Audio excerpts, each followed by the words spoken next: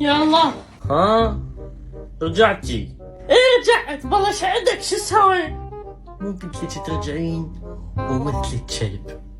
شوف، انا من اروح عند اهلي زعلانه وارجع لك هيك من وحدي، مو معناتها انت صح وانا غلطانه ورجعت لك مثل ما تقول مثل الكلب، لا، معناتها انا احبك، معناته انت كبير بقلبي، معناته ما اريد اخسرك ولا تخسر، وهذا السبب اللي رجعني، يعني احبك وانا الكلب مع الاسم.